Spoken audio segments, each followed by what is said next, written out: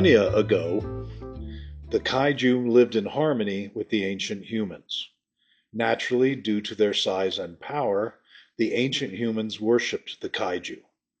The Kaiju were themselves composed of two groups, the Yahi and the Yahan. In the language of the ancient humans, the Yahi were the Seiju, or guardian monsters.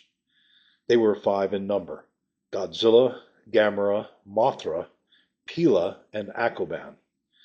Of the five, Godzilla was the most powerful.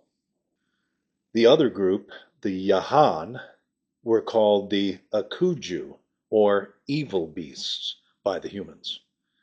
They were also five in number: Ghidra, Rodan, Kong, Megalon, and Biolante. Of those five, Ghidra was the most powerful.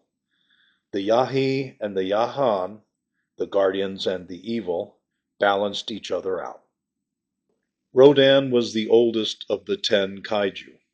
He can be traced back to the flying reptiles that existed in the very ancient of times. He was the first animal to find a mysterious stone that had great power. Rodan called it the Iwakana, which meant life stone. It was Rodan's accidental exposure to the Iwakana that gave him intelligence and immortality. The origin of the Iwakana is unknown. Gradually, one after the other, more animals were exposed to the Iwakana. Like Rodan, they were given the gift of intelligence. They ended up calling themselves the Kaiju. Over time, the Iwakana gave them powers and size, and they grew enormous. Alongside the evolution of the Kaiju, the Iwakana also affected the lives and minds of another being, though powers were bestowed to a much lesser extent than the Kaiju. These animals were given intelligence above the other beasts of the land and the sea. They became the primitive humans, known to the Kaiju as the Ningen. None of this history is known to modern humans, and the only remnant of that time is the symbol of the balance between the two factions. That symbol is the Yahi and the Yahan, or, as it is known by humans today, the yin and the yang. However, the balance was a tenuous one. The end of the age of the Kaiju came when the two factions went to war. The Yahan, led by Ghidra, attempted to eliminate the Yahi and take over the earth. After many battles, Godzilla and the Yahi proved to be too powerful, and eventually Ghidra and the Yahan were defeated.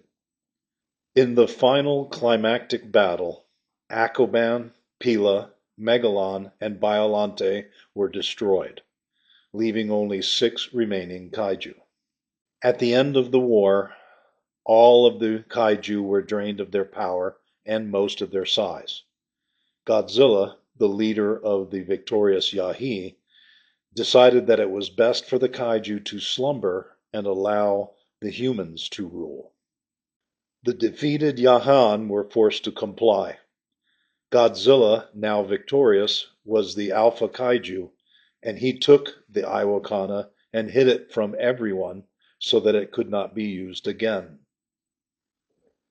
The kaiju slept, hidden away for many millennia. Eons had passed, and eventually the kaiju were awakened by a great war between the nations of humans that began in 1914. The kaiju awoke, but their power remained weak and most of their size remained lost. Godzilla, who was the only kaiju who knew where the Iwakana was hidden, continued to believe that it was too dangerous for the kaiju to regain their power and size. He never revealed the hiding place of the mysterious stone. As long as none of the kaiju had access to it, they would remain as they were and able to live in the human world that had arisen. While the human war raged on, the kaiju watched silently as the humans fought amongst themselves. When the war ended, the Kaiju met with the leaders of the humans, and an agreement was hashed out to allow the Kaiju and the humans to coexist.